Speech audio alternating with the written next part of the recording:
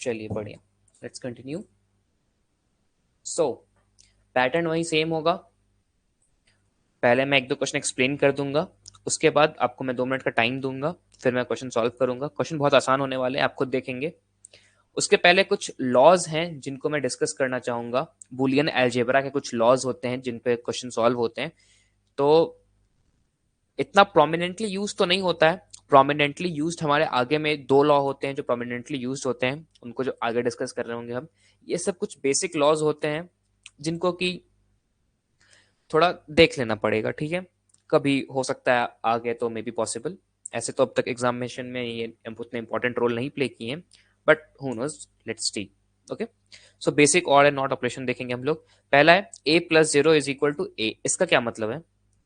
जब एक इनपुट, ये देखो, ये जो साइड वाला है ना, ये आपका फर्स्ट इनपुट है और ये आपका सेकंड इनपुट है, ठीक है। और ये जो बीच वाला है, ये जो प्लस साइन है, ये अगर आपको याद हो ये एडिशन नहीं है, ये और गेट है, ठीक है। सिमिलरली ये आपका फर्स्ट इनपुट सेकंड इनपुट, ये एंड गेट। ये फर्स्ट इनपुट, ये सेकंड इनपुट, ये नॉट गेट, ठीक है। तो ये a+0 = a क्या कहना चाह रहा है कि अगर मैं 2 इनपुट का एक और गेट लेता हूं, ठीक है, उसमें मैं एक साइड से, जो पहला वाला अगर मैं उसको एक्सप्लेन करूं तो वो ऐसा कह रहा है कि उसने एक और गेट लिया है, ठीक है। उसने 2 इनपुट दिए हैं, एक ए दिया है, एक 0 दिया है, और वो कह रहा है कि आउटपुट ए आने वाला है उसका। अब ये बात कितनी सच है कितनी गलत है, इस बात को चेक करते हैं। तो देखो, और गेट में आपका जो ट्रुथ टेबल बनता था वो कैसे बनता था अगर आपको याद हो, तो मैं एक इनपुट ए लेता था, एक बी लेता था और एक वाई आउटपुट लेता था। 0 0 0 1 1 0 एंड 1 1, ठीक है। और गेट का सिंपल सा फंडा होता था कि अगर कोई भी एक वन है, आइदर ए और बी और बोथ, कोई भी एक वन है या दोनों वन है, तो मैं वन हो जाऊंगा, नहीं तो मैं हमेशा 0 रहूंगा। तो ये 0 1 1 1। हाँ ठीक है। तो अब देखिए, ये वाला कौन सा कंडीशन हो सकता है। सपोज कीजिए मैं ए की वैल्यू 0 लेता हूं, ठीक है। मैंने ए को इस बार 0 माना, ठीक है। तो 0 और दूसरा इनपुट तो मेरा 0 है, तो उसका आउटपुट क्या आ रहा है? 0। 0 किसके बराबर है? ए के बराबर है। अगर मैं ए को 1 लेता हूं तो ये वाला केस मेरा एग्जीक्यूट होगा। 1 और 0, इस केस में भी वाई मेरा क्या बन रहा है? 1 बन रहा है। 1 किसके बराबर है? ए के बराबर है। तो आप देख सकते हैं कि ए और 0 का जब भी मैं और गेट बनाऊंगा तो क्या बनेगा? ए ही निकल करके आने वाला है मेरा। क्यों आने वाला है? क्योंकि 0 कोई सब्सटेंशियल इफेक्ट डालता नहीं है आपके और गेट में जब वो एज एन इनपुट यूज किया जाता है। तो ठीक है, देखिए यहाँ पे आप 0 लिए हैं, यहाँ पे आप 0 लिए हैं, दोनों ही केसेस में आपका जो आउटपुट है वो फर्स्ट वाले, जो सिर्फ ए वाला केस है, जो फर्स्ट वाला सिर्फ इनपुट है उस पर डिपेंड कर रहा है, सेकंड वाले इनपुट पर डिपेंड नहीं कर रहा है। तो ये था हमारा पहला।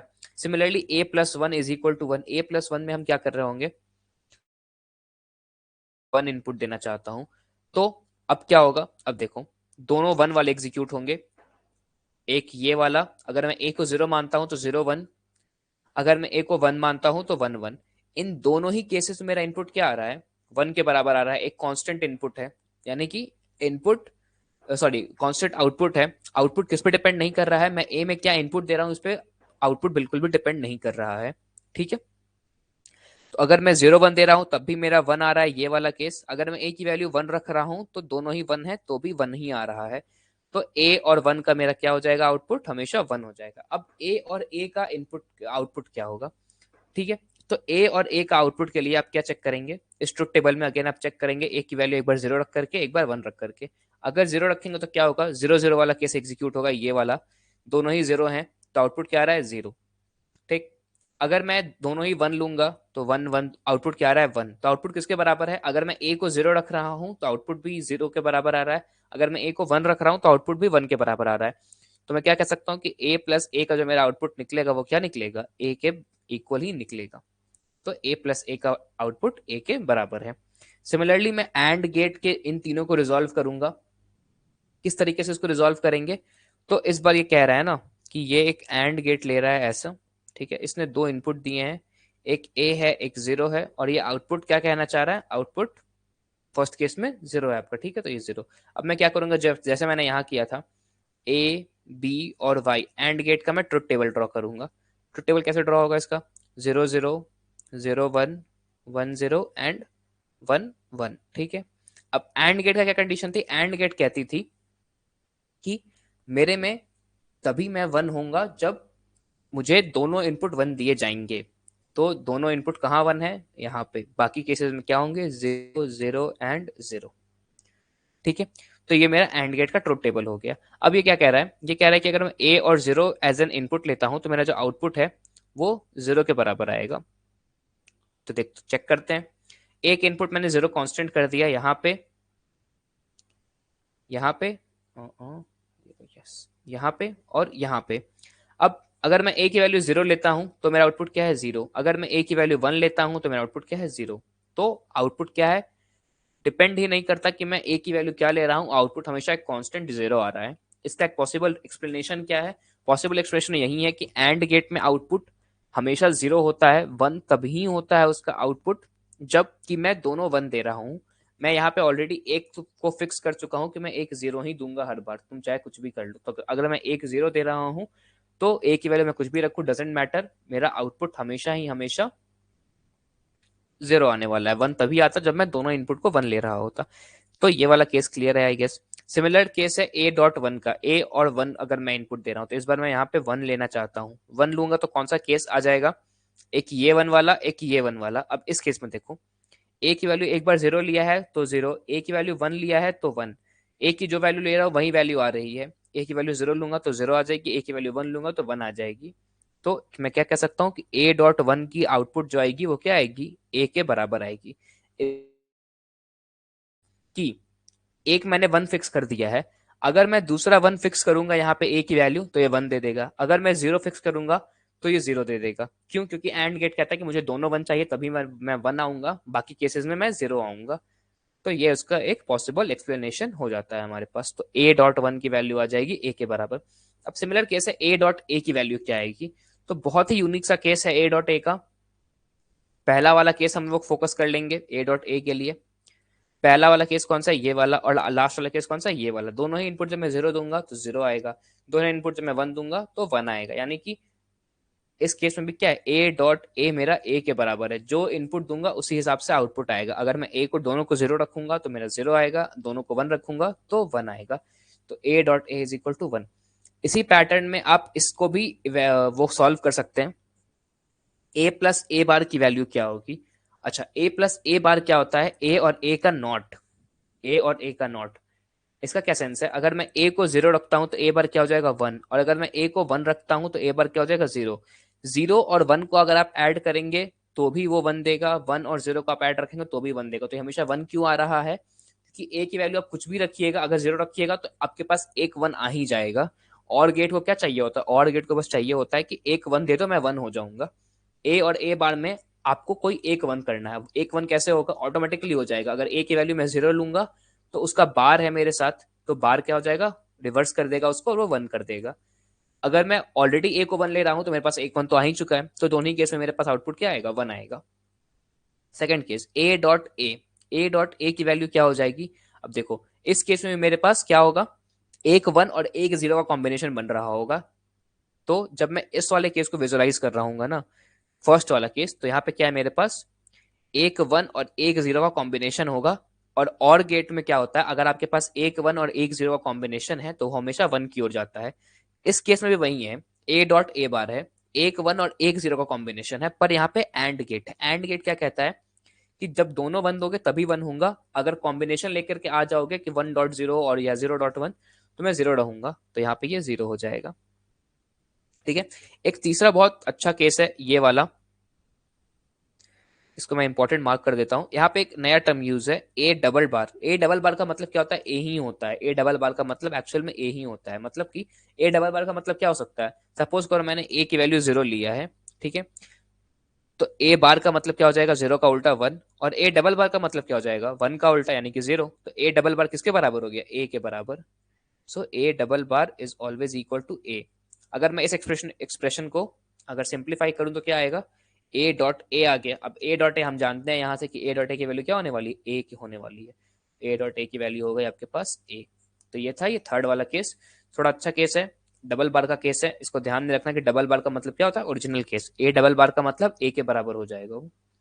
ठीक है, क्लियर है यहाँ तक, कोई डाउट नहीं। बूलियन अलजेब्रा के सारे लॉस क्लियर है।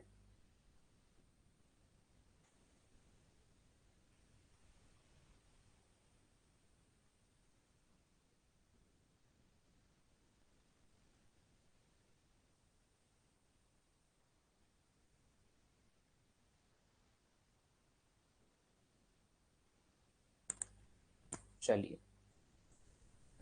तो आगे बढ़ते हैं। अब आते हैं कुछ कम्यूटेटिव और एसोसिएटिव और डिस्ट्रीब्यूटिव लॉज के बारे में। ये हमने एडिशन के केसेस में पढ़े होते हैं हम लोग, एडिशन सब्ट्रैक्शन में कम्यूटेटिव लॉ। तो एक बार जल्दी जल्दी इसको रिवाइज कर लेते हैं। A plus B is equal to B plus से, जो उल्टा वाला लॉ होता है, अगर मैं 2 और 3 लूं या 1 और 2 या 3 और 2 लूं, दोनों बराबर होते हैं। या ए डॉट बी लूं या बी डॉट ए लूं, दोनों बराबर होते हैं। इसका क्या मतलब है? अगर मैं मान लो इसको 0 और 1 लेता हूं या 1 और 0 लेता हूं, प्लस गेट है मतलब और गेट है बीच में, और गेट क्या करेगा, दोनों के आउटपुट को ही सिमिलर मानेगा। अगर मैं ए डॉट बी लूं, इसका आउटपुट क्या आएगा, इसका आउटपुट 1 आ जाएगा। क्यों? क्योंकि एक 1 है मेरे पास हमेशा। अगर मैं ए डॉट बी और बी डॉट ए लूं, सपोज करो मैं 0.1 यहाँ भी ले रहा हूँ, तो इस केस में आउटपुट क्या आएगा, 0 आ जाएगा। क्यों? क्योंकि मेरे पास ये 1.0 हो जाएगा। क्यों? क्योंकि मेरे पास दोनों ही 1 नहीं है। एंड गेट में आउटपुट मेरा 1 कब आता, जब दोनों ही 1 होते हैं। तो ठीक है, ये था कम्यूटेटिव लॉ। एसोसिएटिव लॉ क्या कहता है? बस एसोसिएशन की बात कर रहा होता है। ए प्लस ब्रैकेट में जब बी प्लस सी है, वो बराबर किसके होता है, ए प्लस बी और प्लस सी के। ठीक है, तो आप एसोसिएशन को चेंज कर सकते हो, किसी दो को एक साथ रख सकते हो, किसी दो को एक साथ रख सकते हो, डजेंट मैटर। ठीक है, सिमिलर केस यहाँ भी बनता है A dot B dot C का। बी डॉट सी को एक बार अलग ब्रैकेट में रखा गया है, एक बार ए डॉट बी को अलग ब्रैकेट में रखा गया है, दोनों के केस में आपके आउटपुट सेम आएंगे। एक होता है डिस्ट्रीब्यूटिव लॉ। ये क्या करता है, ये डॉट है यहाँ पे प्लस है, दो अपोजिट साइन है, तो ये क्या करेगा, पहले इसको इसके साथ मल्टीप्लाई करेगा, फिर इसको इसके साथ मल्टीप्लाई करेगा। तो ए डॉट बी पहला टर्म बनेगा, प्लस आएगा बीच में ये वाला ऑपरेटर, ए डॉट सी बन जाएगा। ठीक है, तो ये सब हमने बेसिक लॉज पढ़ रखे होते हैं, ये वही सारे लॉज हैं जो हम लोग बचपन में पढ़ते हैं। अब कुछ यूजफुल आइडेंटिटीज की अगर बात करें, कुछ यूजफुल आइडेंटिटीज की बात करें, तो ये सारी आइडेंटिटीज होती हैं जो यूज में आती हैं। इन सबको आप बारी बारी से अपने हिसाब से एग्जीक्यूट करके देख सकते हैं, कोई नई चीज नहीं है इसमें, बस ए और बी की वैल्यू डाल करके आपको वेरीफाई करना होता है। कोई यूज नहीं आता है इसका एग्जामिनेशन पॉइंट ऑफ व्यू से। ठीक है, और इतनी आपको पढ़नी नहीं है कि आपको रिसर्च फील्ड में जाना हो, ये सब बेसिकली वहीं पे यूज होते हैं। तो ये आइडेंटिटीज को आप, अगर आपको मन हो तो इसको एग्जीक्यूट कर करके चेक कर सकते हैं, ए की वैल्यू 0 1 0 1 रख करके। Nothing new in this. आता है एग्जामिनेशन पॉइंट ऑफ व्यू से जो इंपॉर्टेंट है, डी मॉर्गन्स लॉ। बहुत इंपॉर्टेंट है एग्जामिनेशन पॉइंट ऑफ व्यू से। सारे क्वेश्चन जो आपके बन रहे होंगे, 90% क्वेश्चन लॉजिक गेट्स के डी मॉर्गन्स थ्योरम से आते हैं। डी मॉर्गन्स थ्योरम क्या कहता है, बेसिकली ये डिसोसिएशन और एसोसिएशन के बारे में बात करता है। जैसे अगर मेरे पास ए और बी और गेट से कंबाइंड है, और मैं अगर इन दोनों को पार लूंगा, तो इसका फर्स्ट थ्योरम क्या कहता है कि सपोज करो मैंने एक इनपुट लिया ए, दूसरा इनपुट लिया बी, दोनों को लगाया और गेट और इनका कर दिया नॉट। ठीक है, और गेट का मैंने नॉट नॉट कर दिया। तो इसका क्या होगा ना, ये जो बार है ये पहले डिवाइड होगा यहाँ से, तो ए बार बनेगा, ये जो है ये बी बार बनेगा, और ये जो है ना ये भी अपना अपोजिट हो जाएगा। मतलब कि ए प्लस बी के ऊपर, अगर मैं एकदम आसान भाषा में कहूं कि अगर ए प्लस बी के ऊपर मैं नॉट लगाता हूं ना, तो इसके जो तीनों टर्म्स है, कौन कौन तीन टर्म है इसके, एक है ए, एक है प्लस और एक है बी, इन तीनों को ये रिवर्स कर देगा। ए को रिवर्स कैसे करेगा, ए बार बना करके। बी को रिवर्स कैसे करेगा, बी बार बना करके। और प्लस ऑपरेटर जो बीच में जो और गेट है, उसको रिवर्स कैसे करेगा, डॉट बना करके।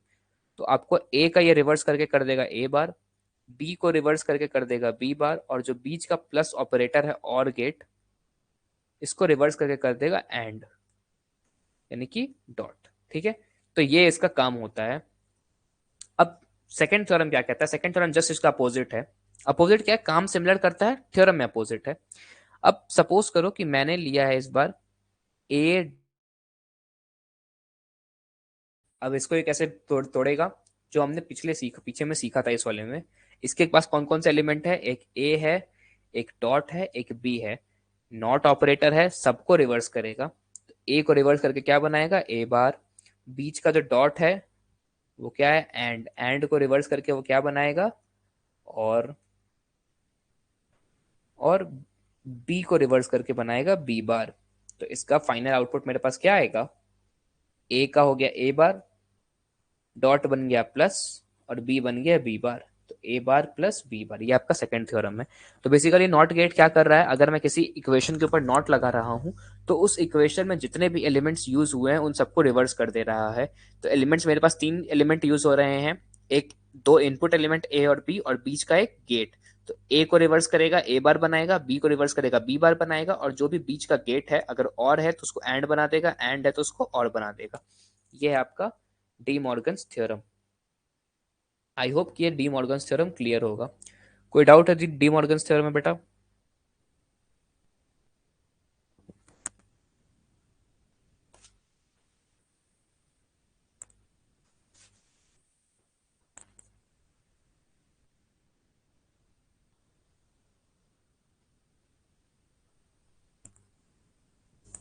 डी मॉर्गन्स थ्योरम क्लियर है ना?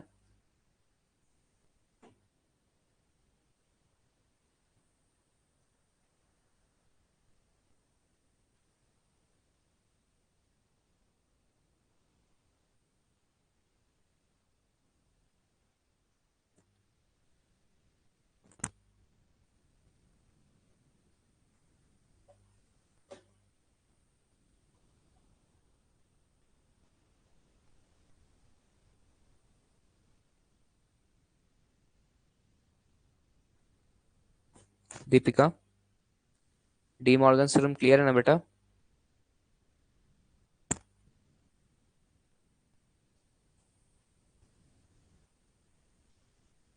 चलो बढ़िया, क्लियर है तो।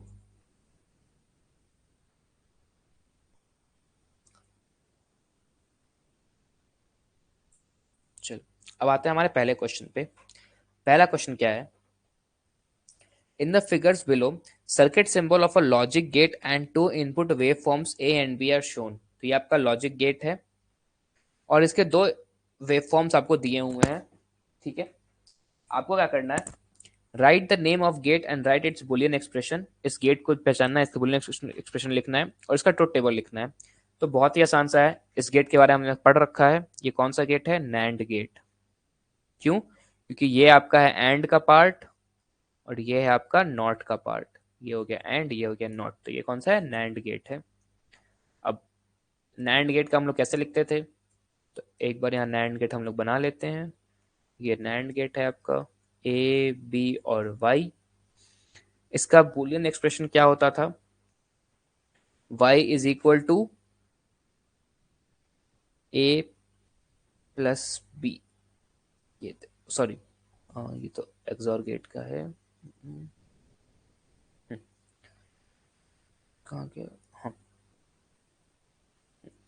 तो पहले हम लोग बनाएंगे एक नैंड और उसका नॉट। ठीक है, तो ये हो गया आपका नैंड गेट। इसका ट्रुथ टेबल लिखना था। तो इसका ट्रुथ टेबल हम लोगों ने पिछले बार क्या पढ़ा था, इसका नाम यहाँ दे देते सुंदर सा, एक नैंड गेट है ये। इसका ट्रुथ टेबल हमने क्या पढ़ा था? A B Y. ठीक है, वाई के पहले एक्सप्लेनेशन पर्पस के लिए हम लोग एक एक्स ले लेते हैं ताकि हमें कोई कंफ्यूजन ना हो इसका आउटपुट लिखने में। ठीक है, तो एक एक्स ले लेंगे हम लोग और फिर फाइनली वाई लेंगे। चलिए, एक्स क्या है आपका? X is equal to A not B है और वाई क्या है? ए नॉट बी का बार है। चार इनपुट 0 0 0 1 1 0 और 1 1। अब नैंड गेट में क्या, सॉरी एंड गेट में क्या होता था? एंड गेट कहता था कि मुझे जब तक दोनों वन मिलेंगे तो मैं वन दूंगा, अगर एक भी जीरो दिया तो मैं जीरो दूंगा। दोनों वन कहाँ पे हैं? यहाँ पे, तो ये रहेगा। बाकी सारे केसेस में 0 0 0। ठीक है, अब आते हैं वाई में जो हमें निकालना है। ये क्या होगा? ये नैंड का, सॉरी एंड का क्या है? नॉट है, तो ये नैंड बनाएगा। अब इसका नॉट क्या होगा? वन। इसका नॉट क्या होगा? वन। इसका नॉट क्या होगा? वन। और इसका नॉट क्या होगा? जीरो। मतलब रिवर्स कर रहा है, जीरो को वन, जीरो को वन, जीरो को वन और वन को जीरो। तो ये एक इसको रिवर्स कर दिया। तो ये हो गया इसका ट्रुथ टेबल और ये इसका बुलियन एक्सप्रेशन। तो ये हो गया नैंड गेट का truth boolean expression. A dot B का बार आपका ये एंड का पार्ट है, ये नॉट का पार्ट है। और ट्रुथ टेबल क्या होगा? 1 1 1 0। ये रहा आपका ट्रुथ टेबल, 1 1 1 0। ठीक है, तो आई होप ये बहुत बेसिक का क्वेश्चन था, ये क्वेश्चन क्लियर होगा। कॉन्फिडेंस बिल्डअप के लिए क्वेश्चन मैंने रखा था। ये है कुछ अच्छा क्वेश्चन। एक क्वेश्चन मैं सॉल्व करके आपको दिखा दूंगा, सेकंड क्वेश्चन आप खुद से सॉल्व करने का ट्राई कीजिएगा। ठीक है, ये एक अच्छा क्वेश्चन है। इस क्वेश्चन को चेक करते हैं। ये क्वेश्चन क्या कह रहा है? Write down output y in terms of inputs a and b। अब आपको ये जो आउटपुट y है ना, इसको इनपुट्स a और b के टर्म में लिखना है। ठीक है, तो मैं इसको इनपुट a और b के टर्म्स में कैसे लिखूंगा वो चेक करते हैं। देखिए सबसे पहले क्या जा रहा है यहाँ पे, मैं एक नैंड गेट, ये कौन कौन से पहले गेट आइडेंटिफाई कर लेते हैं। ये आपका नैंड गेट है मुझे दिख रहा है, ये मुझे दिख रहा है ये भी एक नैंड गेट है, ये मुझे एक नॉर गेट दिख रहा है, और ये मुझे एक और गेट दिख रहा है। ठीक है, अब इस नैंड गेट को दो इनपुट मिल रहे हैं, दोनों ही क्या है, दोनों ही इनपुट ए और ए आ रहे हैं। ठीक है, इस नैंड गेट को दो इनपुट मिल रहे हैं, दोनों ही इनपुट क्या आ रहे हैं, बी और बी आ रहे हैं। ठीक है, यहां से दोनों इनपुट निकलेंगे, इनके जो इस दो नैंड गेट के जो आउटपुट है उसको मैं नॉर गेट में डाल रहा हूं, और इस नॉर गेट का जो आउटपुट है और इस जो बी है, इन दोनों को मैं कंबाइन करना चाह रहा हूं। ठीक है, तो पहले चेक करते हैं कि दोनों ए जब नैंड गेट से निकल के आएंगे तो उसका क्या होगा। दोनों इनपुट में ए और ए दे रहा हूं, तो इसके लिए हम लोग पीछे चल के देखते हैं नैंड गेट का ट्रुथ टेबल। अगर मैं ए को दोनों ही ए दे रहा हूं, मतलब कि मैं दोनों ही या तो जीरो दे सकता हूं या मैं दोनों ही को वन दे सकता हूं।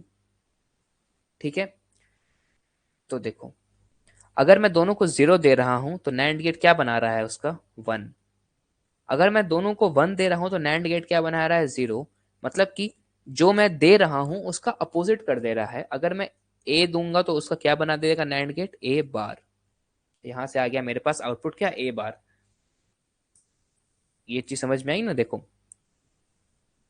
ए आ रहा है यहां से, अब इसी ए को मैंने डिवाइड करके दोनों में डाल दिया है, ये भी ए है और ये भी ए है, दोनों ही मेरे सेम इनपुट है। सेम इनपुट नैंड गेट में कहाँ कहाँ होता है, ये फर्स्ट वाला और ये लास्ट वाला। अब फर्स्ट वाला क्या है कि मैं दोनों इनपुट जीरो दूंगा, दोनों इनपुट जीरो दूंगा तो वन बना देगा, दोनों इनपुट वन दूंगा तो जीरो बना देगा। तो जीरो से वन बना दे रहा है, वन से जीरो बना दे रहा है, मतलब कि अपोजिट कर दे रहा है। मैं जो भी इनपुट दूंगा ये उसका बार बना देगा। तो अगर मैं ए इनपुट दूंगा तो ए बार बना देगा, अगर मैं बी इनपुट दूंगा तो ये बी बार बना देगा। तो यहां से क्या हो गया कि इस वाले नैंड गेट का मेरे पास जो आउटपुट आएगा वो ए बार आएगा, और इस वाले नैंड गेट का मेरे पास जो आउटपुट आएगा वो बी बार आएगा। ठीक है, अब मैं इस ए बार और इस बी बार को एज एन इनपुट दे रहा हूं, किस में, इस नॉर गेट में। ठीक है, अब नॉर गेट का ट्रुथ टेबल कुछ भी हो सकता है, मतलब ट्रुथ टेबल तो फिक्स्ड है पर मेरे इनपुट्स फिक्स्ड नहीं है। मैं एक्चुअली कैलकुलेट नहीं कर सकता हूँ कि मेरा नॉर गेट का क्या आने वाला है। क्यों, क्योंकि ए की वैल्यू मैं कुछ भी ले सकता हूँ, बी की वैल्यू मैं कुछ भी ले सकता हूँ, उसका कोई एक फिक्स्ड पैटर्न नहीं होगा। इसको चेक कैसे करेंगे, तो इसको यहाँ चेक कर लो आप, यहाँ पे अपने इजीनेस के लिए एक बार नॉर गेट का भी ट्रुथ टेबल बना लो। ये हो गया ए प्लस बी, और ये y is equal to A plus B का बार। ये हो गया आपका NOR gate, zero zero, zero one, one zero and one one. ठीक है, अब और गेट क्या कहता है, और गेट कहता है कि कोई भी एक वन दे दो मैं वन हो जाऊंगा। तो ये वन, ये वन, ये वन, और ये कोई भी वन नहीं है तो जीरो। ठीक है, अब इसका नॉट बनाना है, तो जीरो का क्या हो जाएगा, वन, वन का जीरो, वन का जीरो, वन का जीरो। ठीक है, अब मैं इनपुट क्या दे रहा था यहाँ पे, मैं इनपुट दे रहा हूँ ए बार और बी बार।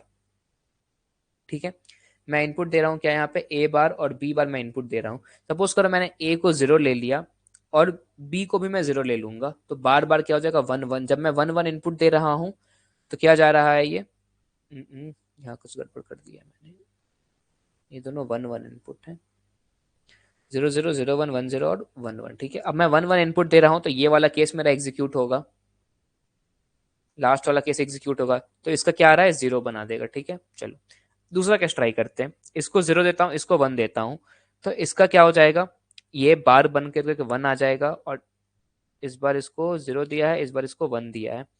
ठीक है, अब इसको जीरो दिया है तो ए बार का क्या हो जाएगा, वन। इसको वन दिया है बी की वैल्यू, तो बी बार का क्या हो जाएगा, जीरो। अब वन और जीरो जब मैं इनपुट दे रहा हूँ तो इस बार क्या बना के दे रहा है, इस बार भी जीरो दे रहा है। ठीक है, अब अगर मैं इसको अपोजिट कर दूं, दोनों को मैं वन वन देता हूं, दोनों को वन वन दूंगा तो दोनों जीरो जीरो हो जाएंगे, जीरो जीरो का क्या आएगा, वन आएगा, जीरो जीरो का वन आएगा। तो कोई एक फिक्स्ड पैटर्न फॉलो नहीं कर रहा है, कुछ भी मैं इनपुट दे रहा हूँ उसके अकॉर्डिंगली ये चेंज कर जा रहा है। ठीक है, तो इस बार इसको मैं साथ में लेके चलूंगा, तो मैं क्या कहूंगा कि ये नॉर गेट जब निकल करके आ रहा है ना, तो ये मेरा आउटपुट है ए बार प्लस बी बार। अब ए बार प्लस बी बार को मैं इनपुट दे रहा हूं यहाँ पे, और यहां से मैं बी इनपुट लेकर के आ रहा हूं। ठीक है, तो अब मेरे पास क्या इनपुट है, ए बार प्लस बी बार, और इसका बी। ठीक है, दो इनपुट है। और गेट्स निकलेंगे तो क्या बनेंगे, ए बार प्लस बी बार का होल बार प्लस बी। ठीक है, चलिए, तो ये हो गया सेकंड क्वेश्चन का आंसर। अब ए बार प्लस बी बार का होल बार प्लस बी है, इसको थोड़ा सिंप्लीफाई कर लिया गया। सिंप्लीफिकेशन एक बार देख लेते हैं, सिंप्लीफिकेशन कैसे कैसे काम कर रहा है इसका। डी मॉर्गन्स लॉ का यहाँ पे एप्लीकेशन है सिंप्लीफिकेशन में, वो एक बार आप चेक कर लो। देखो A bar plus B bar का होल बार प्लस बी है, ठीक है। इसका सिंप्लीफिकेशन कैसे होगा, डी मॉर्गन्स लॉ सबसे पहले लगाएंगे। देखो डी मॉर्गन्स लॉ क्या कहता था,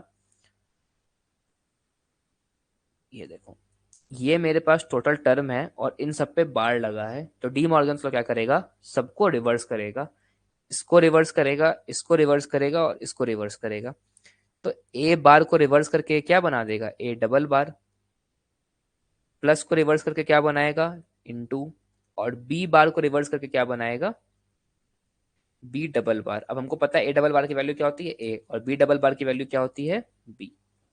तो अगर मैं एक और स्टेप इसको सिंप्लीफाई करूंगा तो y की वैल्यू क्या आ जाएगी, ए आएगी, प्लस का डॉट बन जाएगा बी प्लस बी, ये आएगा देखो, A bar A dot B plus B, A dot B plus B आ गया आपके पास एक और स्टेप सिंप्लीफिकेशन। अब आप चाहो तो इसको एक और स्टेप में सिंप्लीफाई कर सकते हो, कैसे, यहां से बी और बी को मैं कॉमन निकालता हूं, जो हमने लॉज ऑफ पढ़ा था, कम्यूटेटिव डिस्ट्रीब्यूटिव और एसोसिएटिव लॉ पढ़ा था, उसमें से यहाँ पे मैं बी और बी को कॉमन निकालता हूँ। बी को मैं कॉमन निकालूंगा तो क्या बचेगा, यहाँ पे ये ए प्लस वन बच जाएगा। कैसे, ये देखो, b इंटू ए प्लस वन क्या होगा, पहले ये इसको एग्जीक्यूट करेगा प्लस इसको एग्जीक्यूट करेगा। अगर मैं b dot A plus one करता हूं तो मैंने क्या बताया था कि पहले ये इसको मल्टीप्लाई करेगा, फिर प्लस आएगा, फिर ये इसको मल्टीप्लाई करेगा। अगर ध्यान नहीं है तो ये वाला केस देखो यहाँ पे, कहाँ गया, हाँ, ये डिस्ट्रीब्यूटिव लॉ देखो, ए डॉट बी प्लस सी था, पहले ए को बी से मल्टीप्लाई किया, फिर एडिशन ऑपरेटर लगाया, फिर ए को सी से मल्टीप्लाई किया। इस बार मेरे पास क्या है, क्वेश्चन में मेरे पास क्या था, B dot A plus one था, कहाँ से आया ये, बी को ए से मल्टीप्लाई करूंगा तो क्या बनेगा, बी डॉट ए या फिर ए डॉट बी, दोनों बराबर होते हैं इस वाले प्रॉपर्टी से, A dot B B dot A दोनों बराबर हैं, ठीक है। तो बी डॉट ए प्लस, फिर ये वाला प्लस ऑपरेटर यहाँ पे आ गया और इस बी को इससे मल्टीप्लाई करूंगा तो ये आ गया बी, तो A plus B, sorry A dot B plus B, ठीक है। तो A dot B plus B आ गया। अब ए प्लस वन की वैल्यू क्या होती है, हम लोग जानते हैं ए प्लस वन की वैल्यू आपकी खत्म हो जाती है। क्यों खत्म हो जाती है, अगेन इसके लिए हम प्रॉपर्टी विजिट करेंगे, कौन सी, स्टार्टिंग में हमने पढ़ा था कि ए प्लस वन की वैल्यू क्या होती है, वन, यानी कि खत्म हो जाती है। तो बी डॉट वन आपके पास क्या आ जाएगा, बी डॉट वन आएगा बी के बराबर, तो ये हो जाएगा बी डॉट वन और ये फाइनली आ जाएगा बी के बराबर। तो डिपेंड करता है कि एग्जामिनेशन में कितने स्टेप तक आपका सिंप्लीफिकेशन किया गया है, आंसर कहाँ पे लिखा हुआ है, आप उस अकॉर्डिंगली वहां तक सिंप्लीफिकेशन करेंगे, ठीक है। पहले डी मॉर्गन्स लॉ का यूज किया है हमने यहाँ पे, फिर हमारे बेसिक जो प्रॉपर्टीज हैं उनका यूज किया है, ठीक, क्लियर है ये चीज। क्वेश्चन नंबर टू क्लियर है।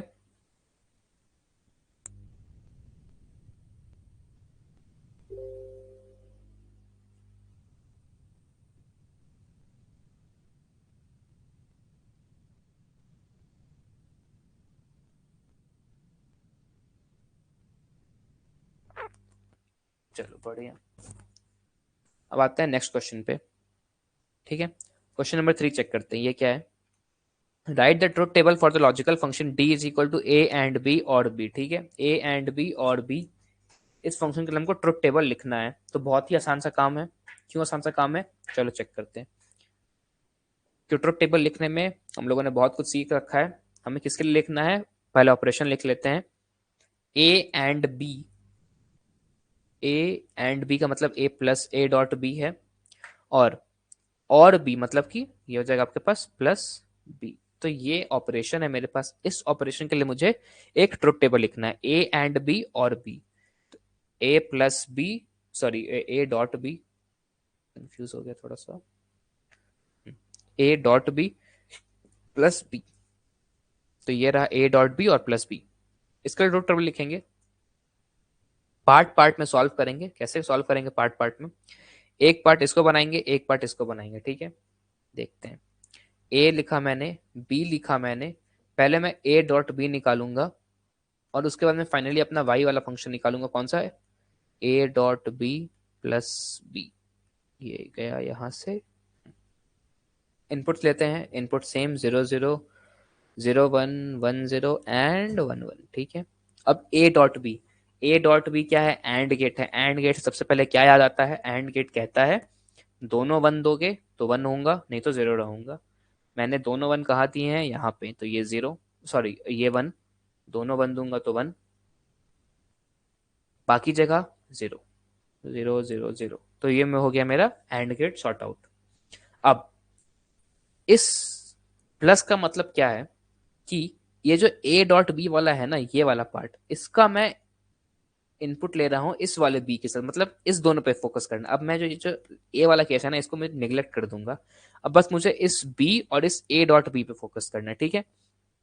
इनके लिए ट्रुथ टेबल, एक नया सा ट्रुथ टेबल बनेगा। अब देखो, इनका और इनका एडिशन करना है, ए डॉट बी और बी का एडिशन करना है। एडिशन का फॉर्मूला क्या था? और गेट का फॉर्मूला। और गेट कहता था आइदर ए वन कर दो और बी वन कर दो और बोथ को वन कर दो, ठीक है। यहाँ देखो, यहाँ आपके पास एक भी वन है नहीं, तो यहाँ पे क्या होगा आपके पास? जीरो। यहाँ मेरे पास एक वन है तो ये वन। यहाँ मेरे पास एक वन है नहीं, एक भी वन नहीं है, जीरो। यहाँ पे मेरे पास एक वन है, दोनों ही वन है, तो ये वन। 0 1 0 1, ये आपका बन जाएगा फाइनल आउटपुट। 0 1 0 1। तो हमने कैसे कैसे किया है इसको? पहले मैंने इक्वेशन लिखा है यहाँ पे, फिर मैंने ए बी लिखा है, फिर ए डॉट बी लिखा है, और फिर ये जो इसको प्लस करके फाइनल आंसर लेके आना था, रिजल्ट, वो लिखा है यहाँ पे। चार इनपुट लिए मैंने, 0 0 0 1 1 0 और 1 1। ए डॉट बी तो निकालना बहुत ही आसान था, क्यों? क्योंकि एंड गेट कहता है जहां पे वन दोनों दोगे वहां पे मैं वन हो जाऊंगा, बाकी जगह जीरो होऊंगा। तो दोनों जगह यहाँ वन है, ये वन, बाकी जगह ये जीरो हो गया। अब थोड़ा सा ध्यान देने वाली बात क्या है कि अब मुझे इसका ए डॉट बी और इस बी का, इन दोनों पे फोकस करना है। तो मैं इस पे और इस पे फोकस करूंगा, इसको नेग्लेक्ट कर दूंगा। इस पे फोकस करेंगे, और यहाँ पे क्या है? और गेट है बीच में। और गेट का मतलब क्या है कि मेरे इस और इस इनपुट में से अगर कोई भी एक वन हो गया तो वो वन हो जाएगा, नहीं तो जीरो हो जाएगा। यहाँ पे एक भी वन नहीं था तो इसको जीरो कर दिया हमने। यहाँ पे एक वन था तो इसको वन कर दिया। यहाँ पे भी एक भी वन नहीं था तो इसको जीरो, और यहाँ पे दोनों ही वन थे तो इसको वन। तो 0 1 0 1 आपके बन गए आउटपुट। 0 1 0 1 बन गया आपका आउटपुट। क्लियर है बेटा? क्वेश्चन नंबर 3 क्लियर है?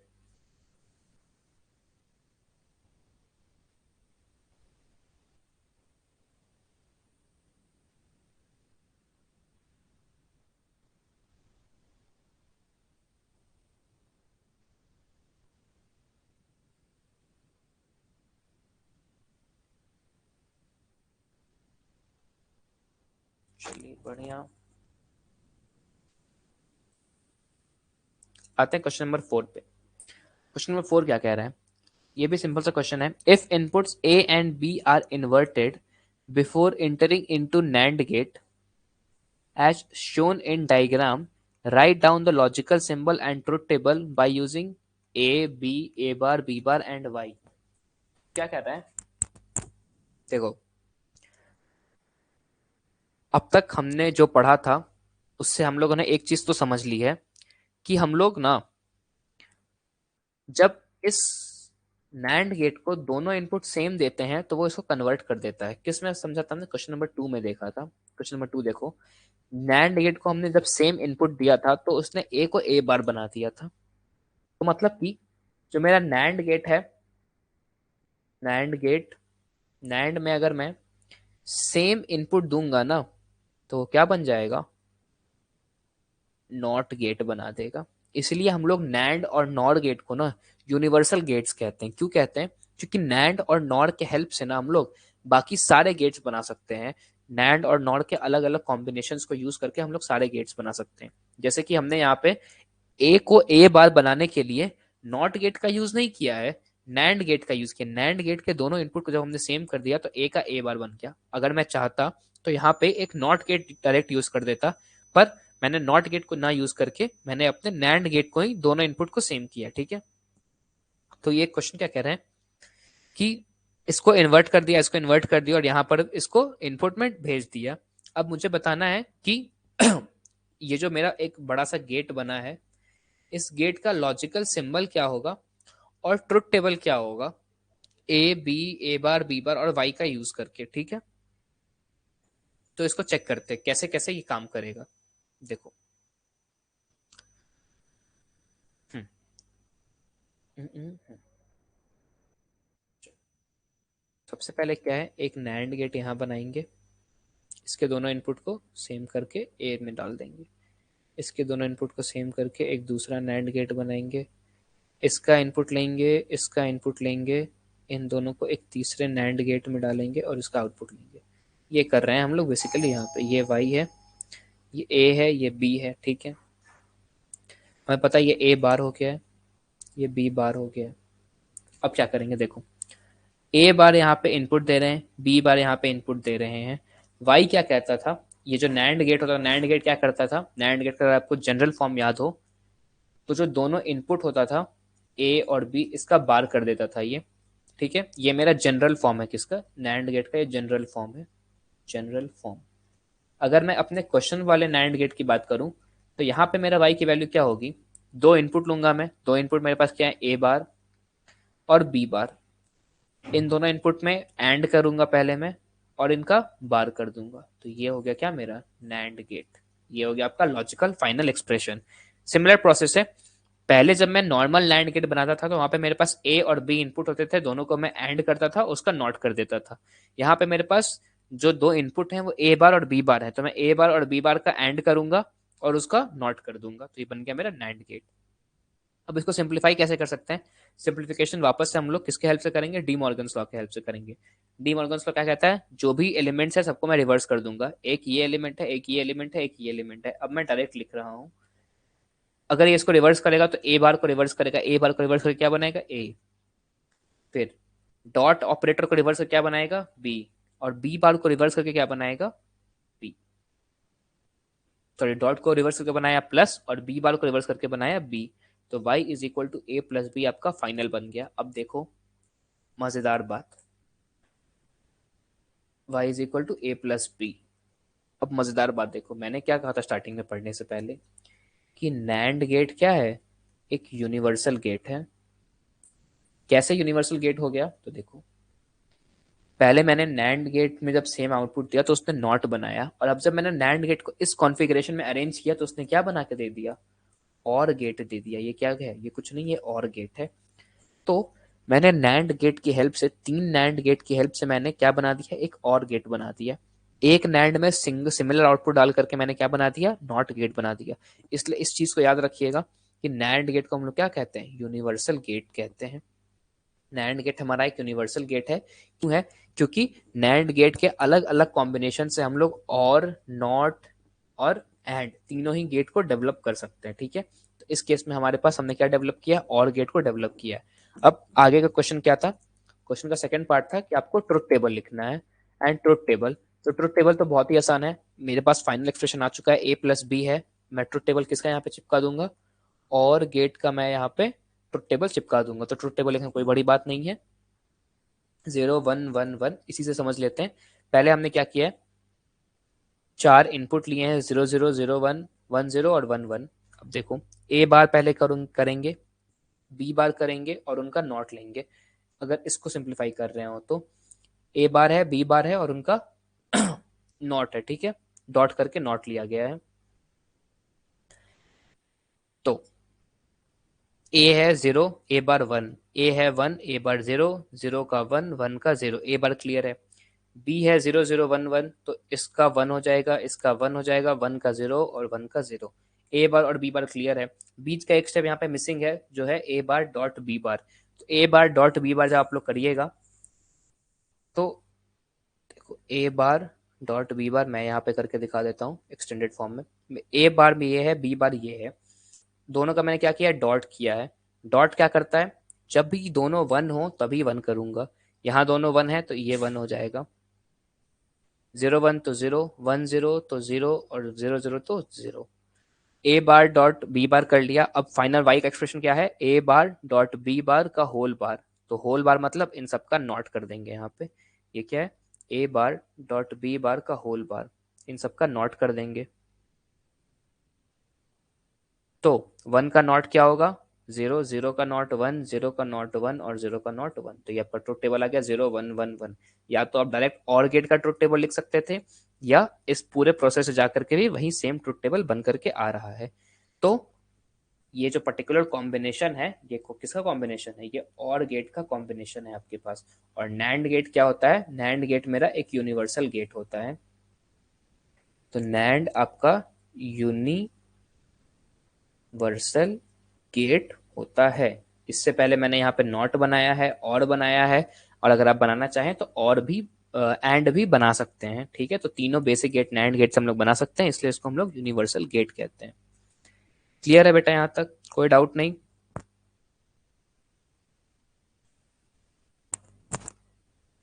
नैंड गेट याद रखना यूनिवर्सल गेट होता है। एग्जामिनेशन में न्यूमेरिकल्स में एक दो बार पूछा है डायरेक्ट क्वेश्चन कि कौन सा गेट यूनिवर्सल गेट होता है, तो डायरेक्ट आंसर होगा 1 मिनट में कि नैंड गेट होता है हमारा यूनिवर्सल गेट।